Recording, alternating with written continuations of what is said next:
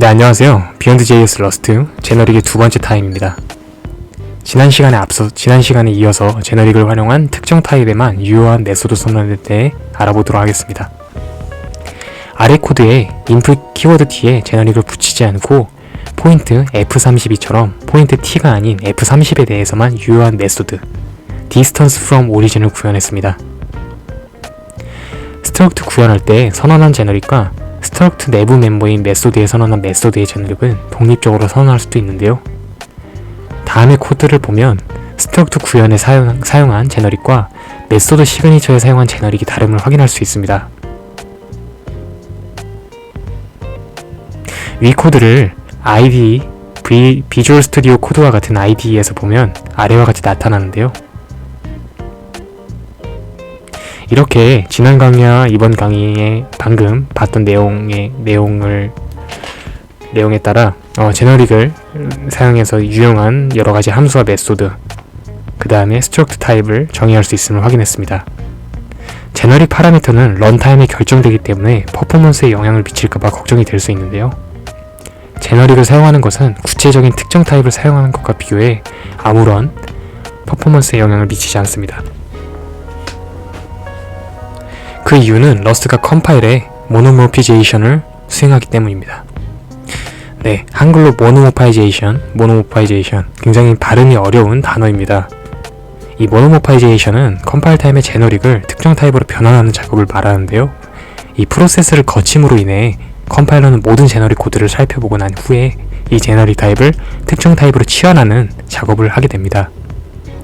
아래 코드는 스탠다드 라이브러리의 제너릭인 옵션 T 열거형인데요.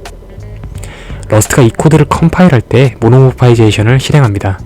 이 프로세스 동안에 컴파일러는 옵션 T에 사용된 값을 읽고 i32 타입과 f64 타입이 사용되었음을 파악합니다. 모노모파이제이션을 수행한 코드는 마치 아래 코드와 유사한데요. 위에서 옵션 T는 컴파일러에 의해 두 인스턴스의 타입을 구체적인 타입으로 치환했습니다. 따라서 이러한 과정 때문에 제너릭을 사용한다고 해서 런타임에 악영향을 미치지는 않습니다. 네, 앞서서 트레이트라고 하는 이 특성 객체에 대해서 알아봤는데요. 트레이트는 다른 언어의 인터페이스와 유사하며 특정 타입의 역할을 추상화해서 다른 타입들에게 공유하는 기능을 제공합니다. 한 타입의 역할은 해당 타입으로 호출할 수 있는 메소드와 연관되어 있습니다. 이 메소드는 곧 이 타입의 행동인 것인데요. 타입 A, B, C, D가 특정 메소드를 공유한다면 이 4개의 타입은 모두 동일한 행동을 할 수 있고 특정 역할을 수행한다고 말할 수 있습니다. 여기서 A, B, C, D는 트레이트, 특성이 될 수 있습니다. 그리고 멤버로 텍스트를 들고 있다고 가정을 해볼까요? 이제 예시를 한번 살펴보겠습니다. 뉴스 아티클 스트럭트는 여러 개의 뉴스 기사를 가지고 있고 트윗 스트럭트는 여러 개의 뉴스 피드를 가지고 있습니다. 첫 번째 예시로 미디어 집계 라이브러리 어그리게이터 트레이스는 뉴스 아티클과 트윗 인스턴스의 데이터를 요약해서 보여주는 역할을 해야 합니다. 이를 위해서 우리는 각 타입의 요약 데이터가 필요하며 이 데이터는 서머라이즈 메서드를 호출해서 얻을 수 있는데요. 다음과 같이 서머리 트레이스를 선언했습니다. 트레이 키워드를 사용한 것을 볼 수 있는데요. 서머라이즈의 메소드 시그니처는 fn summarize self 레퍼런스를 아규먼트 타입으로 받아들이고 스트링 타입을 반환하는 것을 확인할 수 있습니다. 위에서 summarize 하나의 메소드만 트레이스에 선언했지만 여러 개의 메소드를 한 트레이스에 선언해도 무방합니다. 이제 여러 타입에 대한 트레이스를 구현해 보려고 하는데요. 이 예제 코드를 한번 실제 IDE에서 같이 한번 따라해보세요. 한 타입에 대한 트레이스를 구현하는 것은 평범한 메소드를 구현하는 것과 유사합니다. 차이점은 input 키워드 다음에 트레이스의 이름을 작성했다는 것인데요. for 키워드는 트레이스이 구현될 대상의 타입을 지정하기 위해서 사용합니다. 이제 구현한 summary 트레이스를 두 인스턴스에서 사용해 볼 텐데요. 앞서 구현했던 서머리와 트윗을 어그리게이터 이제 모듈에서 가지고 왔습니다. 트윗 트레이트를 인스턴스로 만든 이후에요. 서머라이즈를 호출했는데요. 이때 서머라이즈 메소드는 서머리의 트레이스에서 만들어진 것을 확인할 수 있습니다. 트레이스의 메소드를 기본 구현해둘 수도 있는데요. 이 경우 해당 트레이스를 구현하는 모든 타입의 트레이스에서 의무적으로 트레이스의 메소드를 구현하지 않아도 되는 장점이 있습니다. 디폴트 임플멘테이션과 디폴트 임플멘테이션을 하지 않은 이 두 가지 구현의 차이점을 확인할 수 있습니다.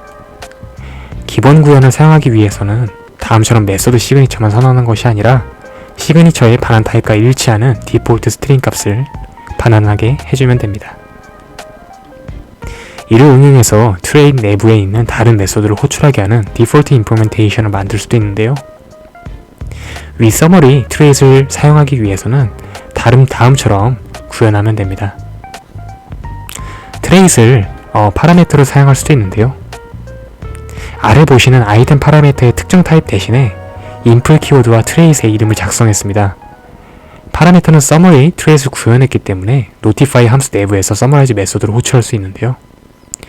위처럼 함수 파라미터로 트레이스를 사용한 것을 길게 늘려서 작성한다면 마치 아래처럼 작성하는 것과 동일합니다. 이렇게 작성하는 것을 trait bound form이라고 하는데요. 앞서 봤었던 notify 함수 시그니처와 같이 작성하는 것은 infiltrate 문법이라고 합니다. trait bound form과 infiltrate 문법의 차이점이 무엇인지 예시 코드를 통해 확인해보세요. infiltrate은 trait bound form과 비교해서 더 편리한 문법을 제공하는데요. notify 함수에서 두 개의 summary implement 파라미터를 사용한다면 다음처럼 infiltrate 문법을 사용해서 표현할 수 있습니다. 만약 아이템 1과 아이템 2가 다른 타입을 사용하길 원한다면 infiltrate을 사용하는 것이 더 편합니다. 하지만 아이템 1과 아이템 2가 동일한 타입을 쓰도록 강제해야 한다는 제약사항이 있다면 trait bound를 사용하는 게 더 편합니다.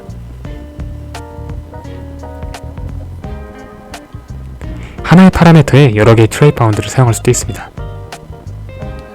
플러스 연산자를 사용해서 파라미터 아이템이 디스플레이와 서머리 두 가지 트레이스를 모두 구현해야 함을 제약했습니다. trait bound 스타일로 작성을 해볼까요? trait bound 스타일로 작성을 하더라도 플러스 연산자를 사용할 수 있음을 확인할 수 있습니다. 앞서 봤었던 예제 코드 중에서 외월문이 있었는데요. trait bound를 너무 많이 사용하면 시그니처를 읽는 것이 너무 복잡해집니다. 제너릭 정보가 너무 많아지기 때문인데요. 이를 위해 러스트에서는 trait bound를 대체할 수 있는 외월문을 제공합니다. 위의 trait bound 스타일은 아래처럼 외월문을 사용해서 작성할 수도 있는데요. 이전 코드보다 좀 더 직관적으로 읽을 수 있음을 확인할 수 있습니다. 네, 파라미터의 트레이스를 사용했으면 반환 타입에도 트레이스를 사용할 수 있는지 한번 알아보도록 하겠습니다. 결과부터 말하면 당연히 사용할 수 있는데요. 인플 서머리를 반환 타입으로 사용했습니다. return summarizable은 트레이스를 반환하는데 이 함수를 호출하는 식에서는 이런 사실을 몰라도 되며 서머리 트레이스이 반환된다는 사실만 알면 됩니다.